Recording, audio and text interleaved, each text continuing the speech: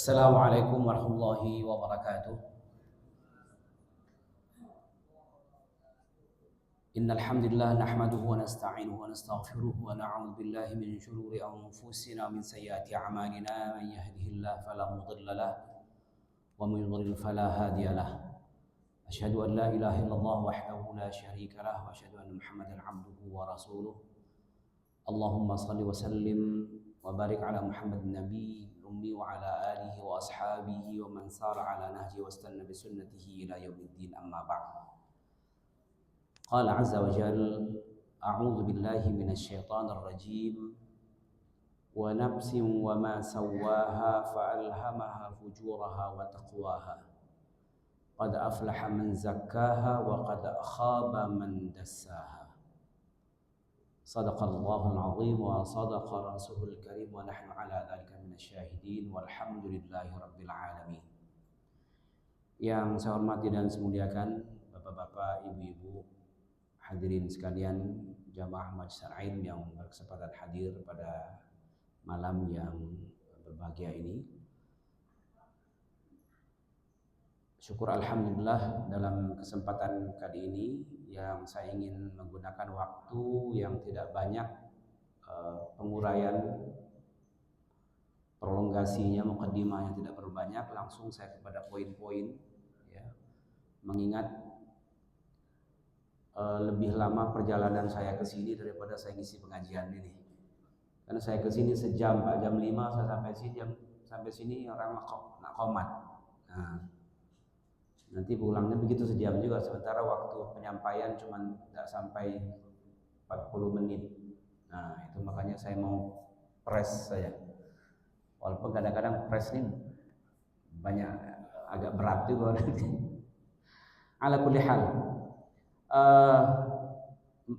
mengulang kembali hadis yang sebelum ini kita sampaikan, diriwayatkan dari 3 Abdullah bin Amr bin As, Abdullah bin Abbas, Abdullah lagi Abdullah bin Umar ya, yang Nabi sallallahu alaihi wasallam sebutkan arba' khisalin, 4 hal, man kunna fi fala 'alaika ma fataka minad dunya. Jika ada 4 hal itu ada pada diri Anda, maka sesungguhnya Anda tidak perlu khawatir dengan apa yang terlewatkan, yang tidak pernah Anda miliki dalam kehidupan dunia ini.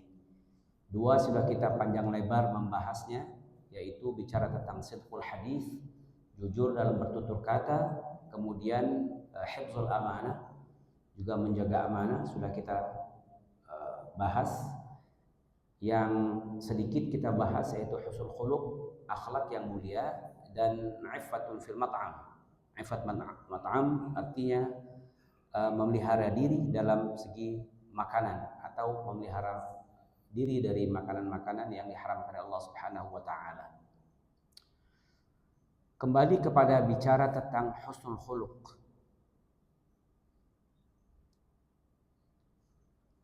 Ummul Mukminin ya menyebutkan wa'alam anna ad-din kullaha khuluq. Ketahuilah bahwa prinsipnya agama ini muatan seluruhnya adalah bicara tentang akhlak. Karena selama saya pikir akhlak kan, bertutur baik juga bagian dari akhlak. Memelihara agama, amanah juga bagian dari akhlak. Tapi kenapa Nabi mengulang kalimat husnul khuluq secara spesifik?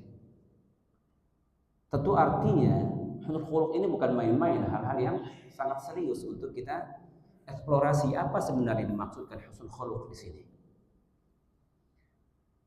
Maka saya kaitkan dengan firman Allah dalam surah Asy-Syams itu ya. Wa nafsin wa ma sawwaha, demi jiwa dan segala penciptaannya. Allah lengkapi jiwa ini dengan satu pemahaman-pemahaman yang secara naluriah kita bawa sejak kita dilahirkan. Ya. Fa alhamaha fujuraha wa taqwaha. Allah berikan pengetahuan awal, pengetahuan dasar kepada setiap orang untuk mengenal mana yang baik, mana yang buruk. Itu dalam sebuah ilmu namanya ilmu aksiomatik, yang dari hal lahir kita sudah membawa itu. Tidak usah belajar tinggi-tinggi, kita tahu kalau nyakit orang itu adalah hal yang tidak baik. Mengambil hak orang itu tidak perlu kita belajar sekolah kemana-mana, kita tahu bahwa itu perbuatan yang tidak baik. Pengetahuan awal itu ternyata Allah bekali kita. Fa'alhamaha fujuraha wa taqwaha. Sudah sampai di sini, maka Allah memberikan ada satu pilihan. Coba perhatikan sini, qad aflaha man zakkaha. Beruntunglah orang yang memilih untuk mensucikan dirinya. Artinya yang tadi adalah sebuah potensi mengenal baik dan mengenal apa itu buruk. Potensi itu perlu dikembangkan.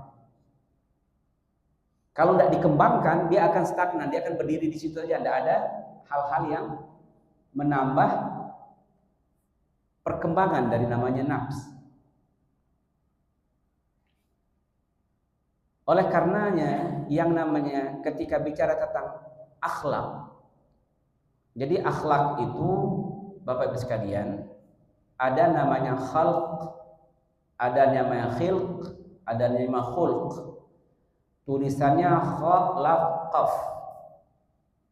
Khalq kalau pakai fathah itu artinya ciptaan. Ya. Kalau dikatakan khulq, sifat pada satu ciptaan, akhlak sifatnya. Ya. Kalau khilq, penampakan dari satu ciptaan itu. Ada wajah, ada itu namanya khilqah. Formatnya, formnya itu. Yang namanya akhlak itu ada dua. Ada yang sifatnya kita bawa secara fitri. Sejak kita lahir, kita dibekali oleh sifat-sifat dan karakter-karakter tersebut. Contoh, ada orang yang memang orangnya penyabar, orangnya lemah lembut, kan ada ya. Orangnya mungkin dia bukanlah orang-orang yang berpendidikan tersebut, tapi ngomong itu santun, pelan, tidak emosional orangnya. Itu namanya fitri. Ya. Dan kejadian ini Nabi beritahukan kepada seorang sahabatnya. Namanya Asyad Abdul Qais radhiyallahu anhu. Nabi berbicara kepadanya, inna fika khislataini au khillataini. Ada dua hal yang pada dirimu yuhibbuhumullah wa rasuluh. Yang di dua hal itu dicintai, sifat yang ada pada diri Anda itu dicintai Allah dan Rasulnya. Al-hil wal anad, kata Nabi. Ya, lemah lembut dan santun, penyabar dan santun.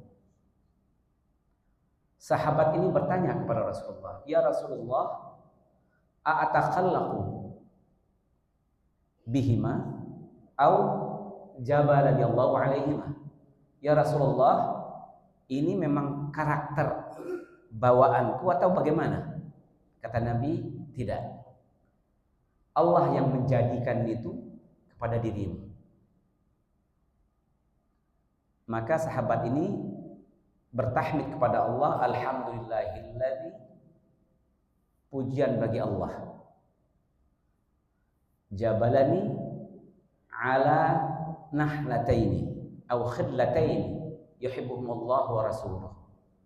Segala puji bagi Allah yang telah memberikan kepadaku dua akhlak, dua bentuk kepribadian atau sifat-sifat kesantunan dan kelemah lembutan yang dua-duanya adalah dicintai oleh Allah dan Rasulnya. Dan ini ada memang manusia yang terbawa sejak lahirnya memang begitu orangnya, memang penyabar orangnya. Ya, ini dipengaruhi genetik boleh jadi, budaya boleh jadi, lingkungan. Tapi ala kulli hal itu adalah fitrah. Tapi potensi yang begitu itu tidak terlalu banyak, Pak. Yang paling berpengaruh ini adalah yang muktasab, yang kita rekayasa, yang kita upayakan.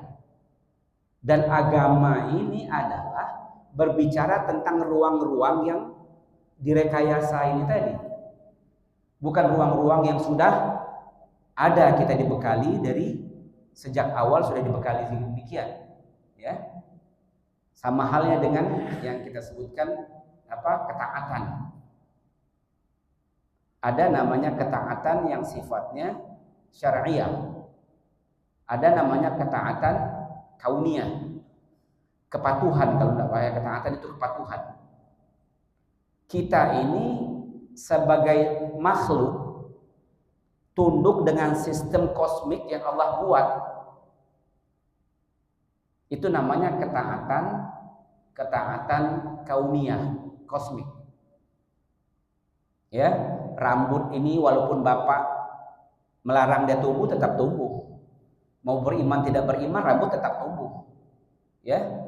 Walaupun banyak imannya, bacanya kalau mau uban juga nanti ya. Karena kita tidak menguasai itu.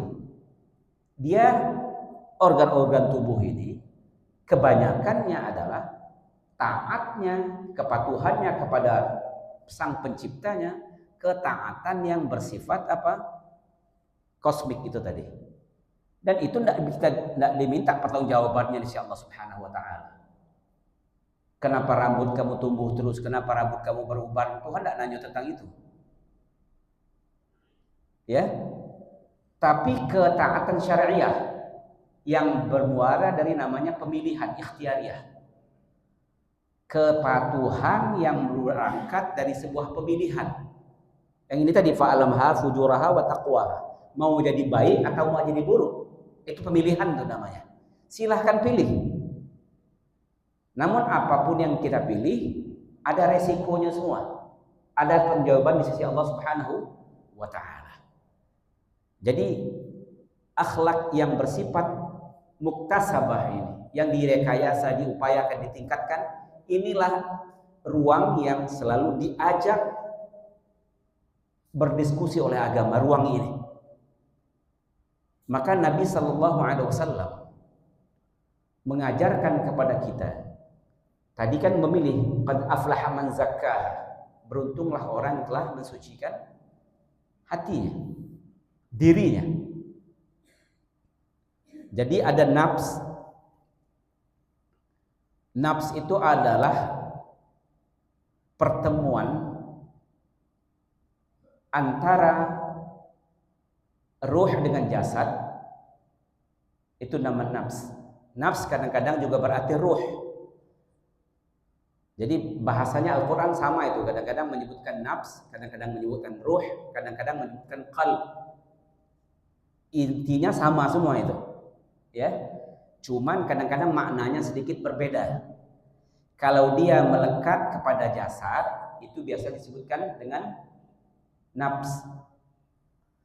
Karena kecenderungannya selalu kebutuhan-kebutuhan fisik, materi, maka biasa disebutkan dengan nafs. Tapi karena pekerjaan-pekerjaannya adalah melangit, artinya memikirkan hal yang baik-baik, berhubung dengan Allah Subhanahu wa taala, maka biasa disebut dengan qalb. Ya. Dan ruh yang kemarin saya contohkan, ilustrasinya adalah ruh itu adalah rahasia Allah Subhanahu wa taala. Ibarat aliran listrik. Nah, tiap orang punya ampere. Nah, penggunaan ruh ini ibarat ampere penggunaan konsumsi listrik masing-masing rumah. Ya, jadi tergantung kepada siapa konsumennya. Setelah melekat dengan jiwa itu namanya nafs. Nah, dan nafs itu seperti yang saya sebutkan kemarin, itu adalah pinjaman. Al-arwah 'ariyatun fi ajsadikum. Yang namanya ruh itu pinjaman. Suatu ketika nanti ruh itu akan dipulangkan kepada sang peminjamnya. Maka kalimatnya Al-Quran menyebutkan kullu nafsin dha'iqatul maut wa nabluukum bisyarri wal khairi fitnah wa ilaina turja'un. Setiap jiwa akan mati.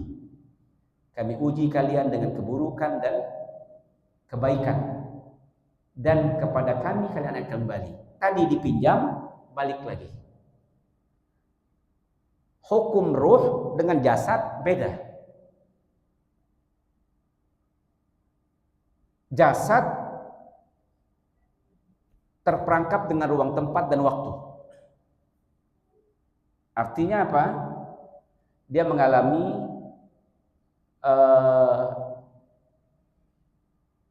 berkembang dan bisa meninggal segala macam. Ruh, dia tidak memiliki ikatan dengan ruang tempat dan waktu. Untuk membuktikan ini, bahwa ruh tidak terikat dengan ruang tempat dan waktu, Allah berikan satu pengalaman. Pengalaman yang menunjukkan bahwa Allah itu lita'lamu annallaha 'ala kulli syai'in qadir wa annallaha qad ahata bi kulli syai'in 'ilma. Agar kalian tahu bahwa Allah itu Maha berkuasa atas segala sesuatu dan ilmu Allah itu meliputi segala sesuatu. Setiap orang Allah berikan satu pengalaman. Pengalaman yang namanya dalam bahasa istilah psikologi Islam itu namanya istishfaf, transparansi. Pengalaman-pengalaman yang Allah hadirkan dalam mimpi seseorang sebelum kejadian itu terjadi. Ketika orang itu mengalami kejadian tersebut, baru dia sadar bahwa ini pernah hadir dalam mimpinya. Pernah ada? Setiap orang Allah tunjukkan itu, agar kita tahu bahwa ilmu Allah itu meliputi segala sesuatu. Ini sedikit saja. Dan apalagi yang lain-lainnya. Kita tidak membahaskan ruh, yang ini kita bahas kepada sisi akhlak yang mempengaruhi pembentukan ruh. Dan biasanya Allah gunakan kalimat-kalimat nafs itu syarat dengan kepentingan-kepentingan jasad, kepentingan-kepentingan duniawi. Maka hadis qudsi Allah berfirman, inni khalaqtu ibadi hunafa. Pada awal penciptaan kita ini adalah orang-orang hanif, berakidah. Apa sih akidahnya? Tahu bahwa Allah itu ada. Maka dalam Al-Quran tidak pernah disebutkan ada tidak Al-Quran itu Allah itu ada. Tidak perlu.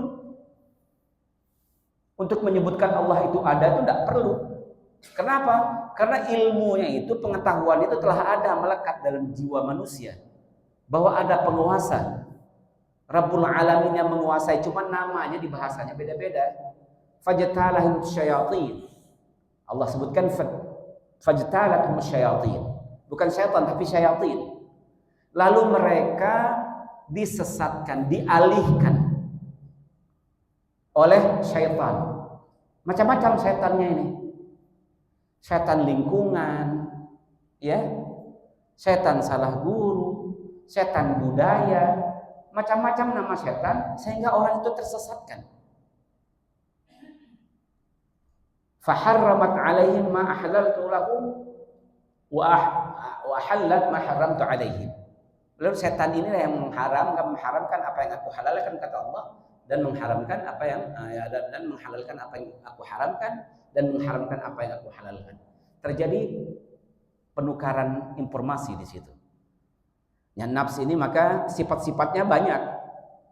Kecenderungannya karena dia melekat kepada materi. Setiap orang itu telah mengambil namanya syahadah, kesaksian. Wa idh akhadha rabbuka min dhuhuri min bani adama min dhuhurihim dzurriyyatahum wa syahadahum alastu bi rabbikum. Dan tatkala Allah mengambil zuriat anak-anak Adam, dan ketika itu Allah telah membuat persaksian dari setiap manusia. Wa asyhadu ala anfusihim alastu bi rabbikum. Allah mengambil persaksian, perjanjian. Bukankah aku Tuhanmu? Ya. Dan persaksian itu adalah yang dimaksudkan dengan ilmu aksiomatik bahwa setiap individu di dunia ini percaya bahwa Allah itu ada. Cuman ketika membahasakan siapa Allah itu terjadi penyimpangan dan pengkaburan yang disesatkan oleh setan. Nah, ini yang perannya perlu petunjuk dari Allah dan Rasul. Yang mana bagi membahasakan Allah itu?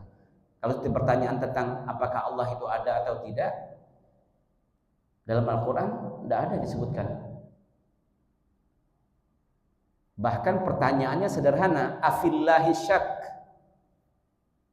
Afillahi syakkum fatirus samawati wal ard.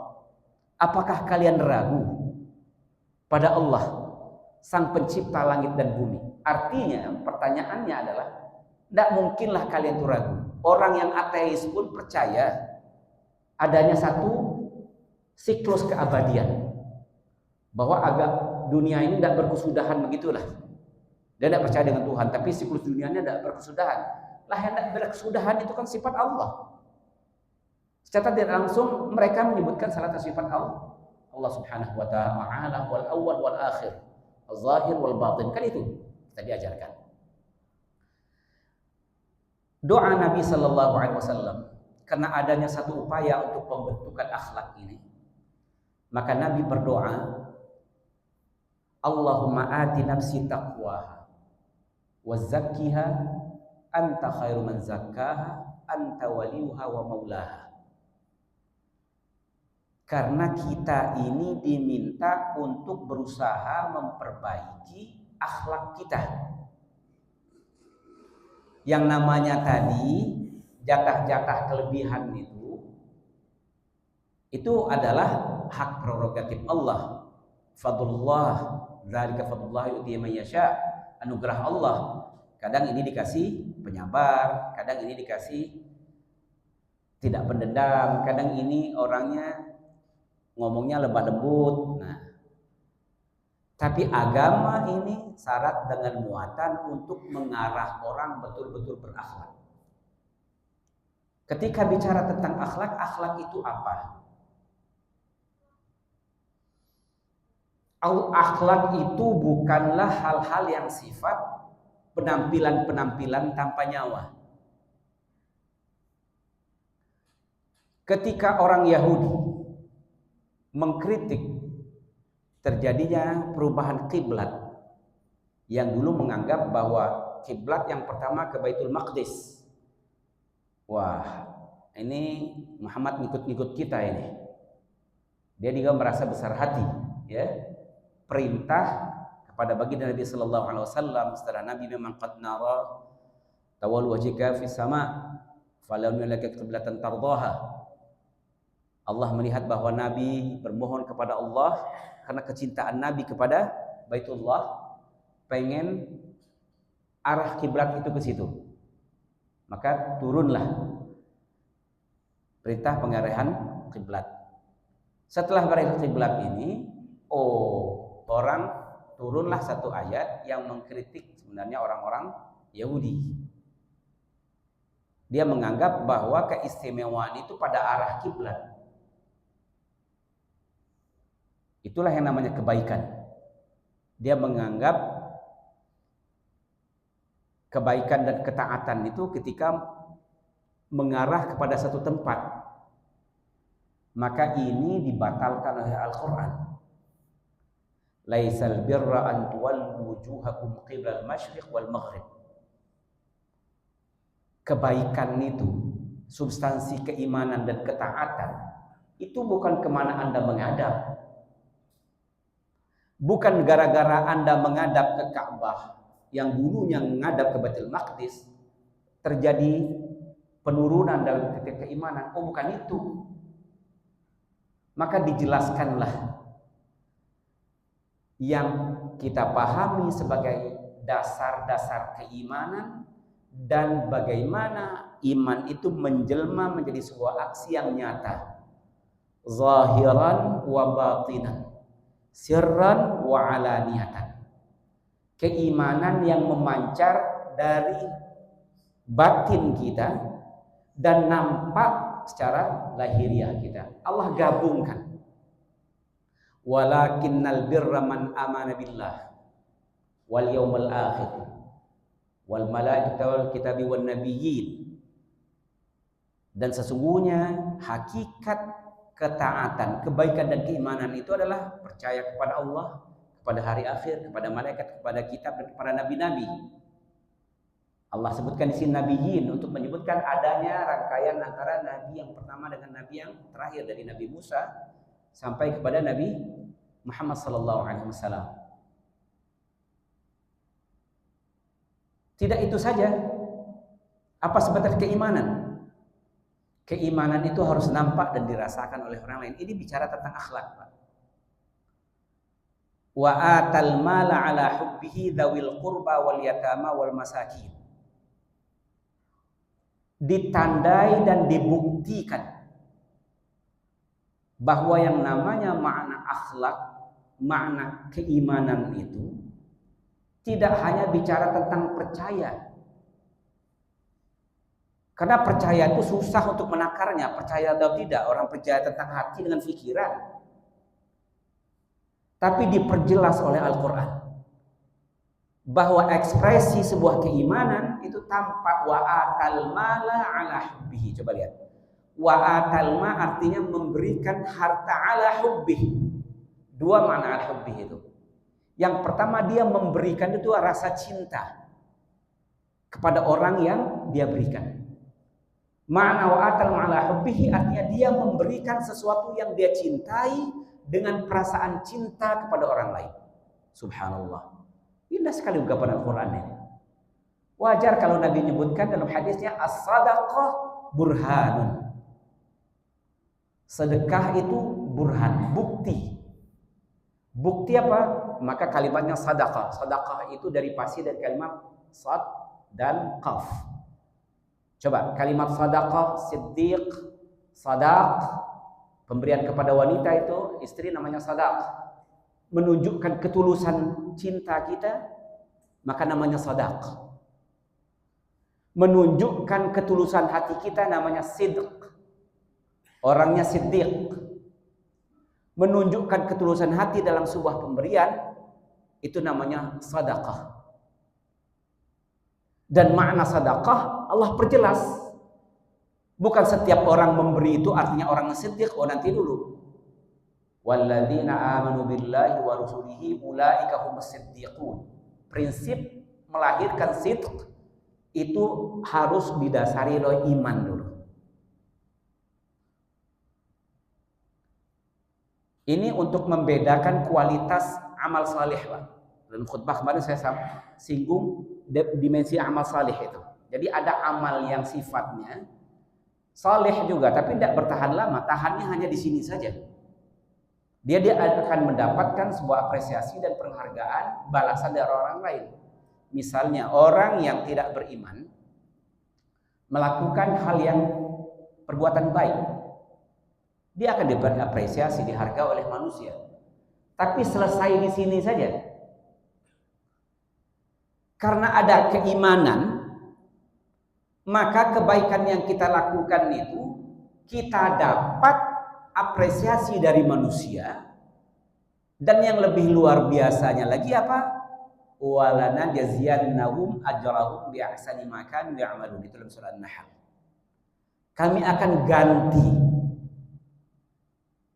amal perbuatan kebaikan dia itu dengan sesuatu yang lebih hebat dan lebih baik lagi dari apa yang mereka kerjakan nanti di akhirat. Jadi itulah keistimewaan orang mukmin. Kebaikan yang mereka lakukan, mereka dapatkan penghargaan di dunia dan lalu mendapatkan keistimewaan yang lebih luar biasa di sisi Allah Subhanahu wa taala. Bicara tentang akhlak. Akhlak ini perlu pelatihan-pelatihan. Ya. Karena jiwa kita ini liar. Kalau tidak disebutkan oleh Zulaikha wa ma ubarri nafsi innan nafsa la ammaratun bisu illa man rahima rabbi. Ini dia mengatakan ucapan dari Sayyidina Yusuf, ada yang mengatakan kalimat dari Zulaikha. Saya tidak akan melepas liarkan diri ini. Kenapa? Karena yang namanya diri ini dia berkecenderungan untuk melakukan hal-hal yang buruk. Kalau dia dilepas liarkan. Inna nafsa la'amartin bisu illa man rahimah rabbi. Kecuali orang-orang yang Allah pelihara, dirahmati Allah Subhanahu wa taala. Maka Nabi berdoa. Tidak itu saja doa Nabi. Ada doa-doa yang lain yang Nabi berdoa.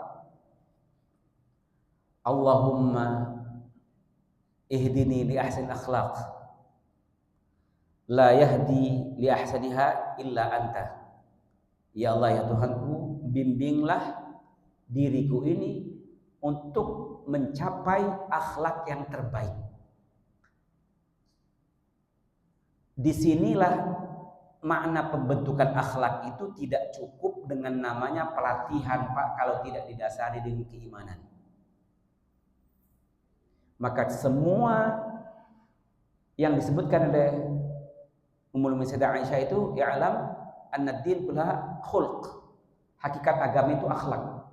Dari sholatnya, mencegah keji dan mungkar, puasanya menjadi benteng yang memagari keburukan kita jangan sampai menyakiti orang lain, ya.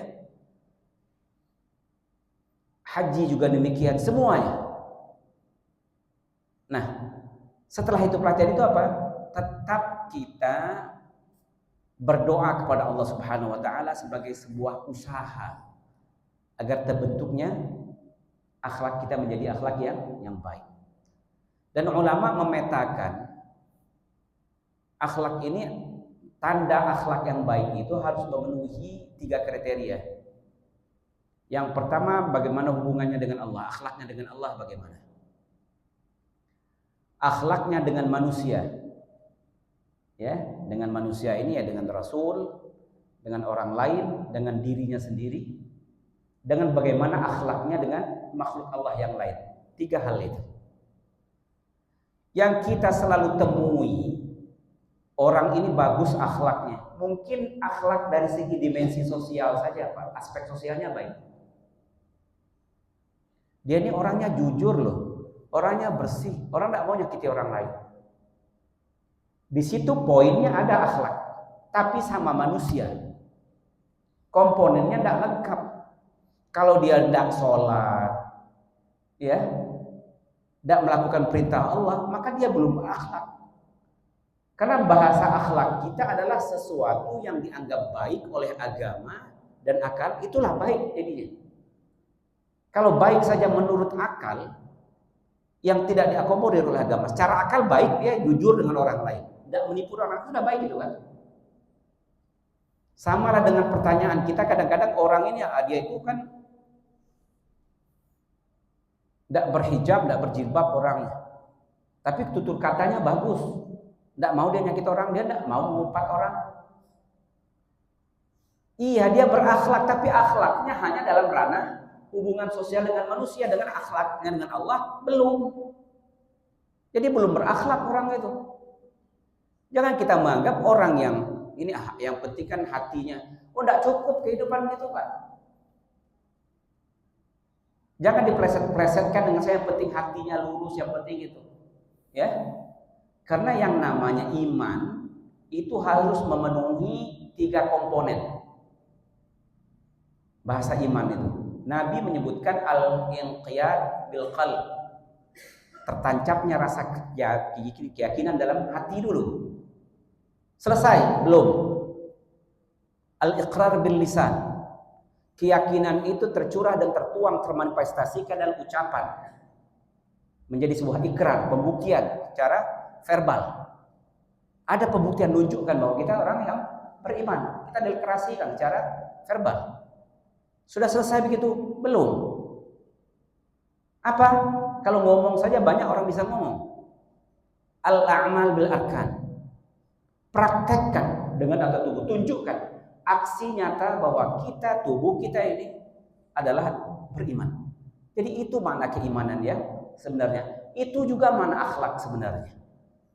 Maka definisi ulama menyebutkan ketika akhlak itu adalah halah an-nafs, kondisi jiwa seseorang yang melekat, yang menjadi tertanamnya satu kesadaran untuk melakukan kebaikan tanpa paksaan. Jadi melaksanakan satu perbuatan tanpa paksaan. Artinya menancap ini dalam diri kita. Makanya kalau orang memberikan sesuatu, niatnya adalah biar orang itu baik balas budi dengan kita, tunduk dengan kita, tidak berakhlak itu orangnya. Itu yang disebutkan Al-Quran, wala tamnun tastakthir, qaulun ma'rufun khairun min sadaqatin yatba'uha adza. Ucapan yang baik itu lebih baik daripada pemberian yang disertai dengan hal-hal yang bersifat intimidatif, menyakiti orang lain. Untuk apa? Ataupun pamrih sifatnya, wala tamnun tastakthir, memberi harapannya dapat imbalan yang beri. Artinya dia tidak mencerminkan isi dalamnya tentang akhlak. Jadi akhlak itu bukan penampakan kasarnya saja, tapi penampakan kasar yang baik yang lahir dari cerminan batin. Bahasanya adalah bahasa keimanan. Yang itulah yang dimaksudkan oleh Nabi ketika ditanyakan, ya Rasulullah, penduduk surga itu yang paling banyak itu siapa sih? Aktsaru ahli jannah ahsanuhum akhlaqan, kata Nabi. Penduduk surga itu yang paling banyak itu adalah orang-orang yang baik akhlaknya. Mungkin sekelumit kita langsung memahami, oh orang yang sering tersenyum dengan orang lain. Oh nanti dulu Pak, penuhi 3 komponen ini dulu. Akhlak dengan Allah, yang kapan disebut akhlak dengan Allah itu memiliki 3 aspek. 3 aspek ini yang diajarkan oleh Sayyidina Umar. Ketika Nabi SAW, antum mu'minuna haqqah. Nabi bertanya, tidak ada yang berani sahabat jawab. Diam semua sahabat. 2 kali Nabi berkata, mu'minuna antum haqqah. Kamu ini orang beriman ya enggak, kata Nabi. Tidak ada yang menjawab. Diulangi oleh Nabi, berarti Nabi minta jawaban nih. Bala ya Rasulullah. Ya Rasulullah, kami ini orang yang beriman. Nabi bertanya, wa ma alamatu imanikum? Apa tanda iman kalian? Nashkuru Rabbina. Kami bersyukur kepada Allah atas segala nikmatnya. Wa nasbir. Dan kami bersabar ala mabtalana. Kami bersabar atas segala ujiannya.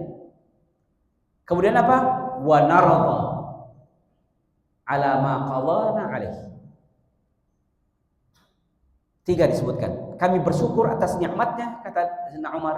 Lalu kami bersabar atas ujian yang Allah turunkan kepada kami. Lalu kami rela dengan keputusan-keputusan Allah kepada diri kami. Nabi langsung tersenyum.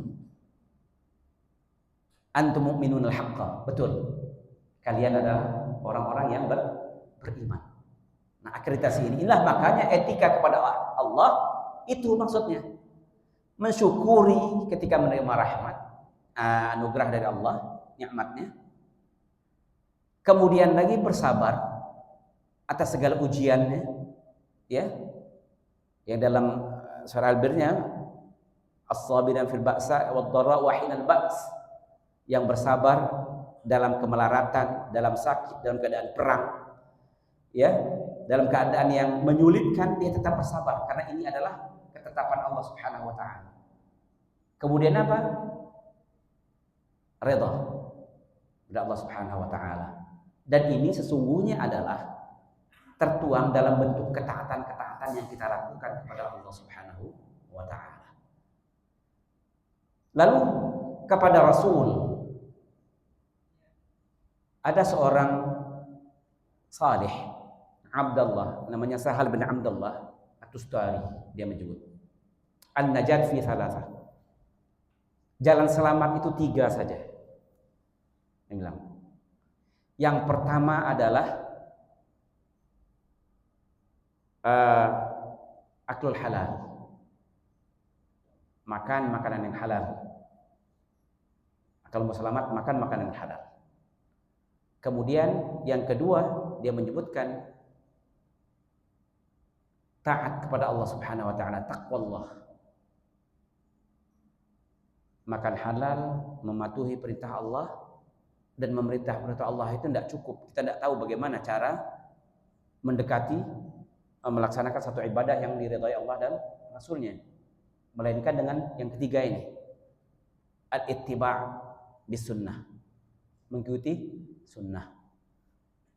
Makanya hati-hati Pak, zaman semakin ke ujung ini, media massa memainkan peran yang sangat penting untuk mensosialisasikan ajaran. Kadang-kadang ajaran Nabi ketinggalan jauh, malah ajaran yang bukan dari ajaran Nabi di depan. Seolah-olah agama ini terjebak dengan simbol-simbol. Orang berjubah tuh nanti dulu berjubahnya, janggutnya bagaimana, lihat dulu, betul enggak dia dengan apa yang diajarkan Allah dan Rasulnya. Karena agama bukan sekedar penampilan, tapi harus memiliki kriteria yang sesuai dengan diajarkan Allah dan Rasulnya. Alhamdulillah, ternyata belum bisa juga menyelesaikan dengan yang keempat, ya. Jadi PR lagi itulah. Padahal tidak nyampe 40 menit ya rupanya ya. Ya mudah-mudahan bermanfaat untuk kita semua. Lebih kurang aku qauli hadza wa astaghfirullah li wa lakum wa sa'iril muslimin. Mari kita tutup dengan baca kafaratul majelis. Subhanakallahumma hamdika asyhadu an la ilaha illa anta astaghfiruka wa atubu ilaik. Wa sallallahu ala Muhammad wa ala alihi wasallam. Aqulu qauli hadza wassalamu alaikum warahmatullahi wabarakatuh.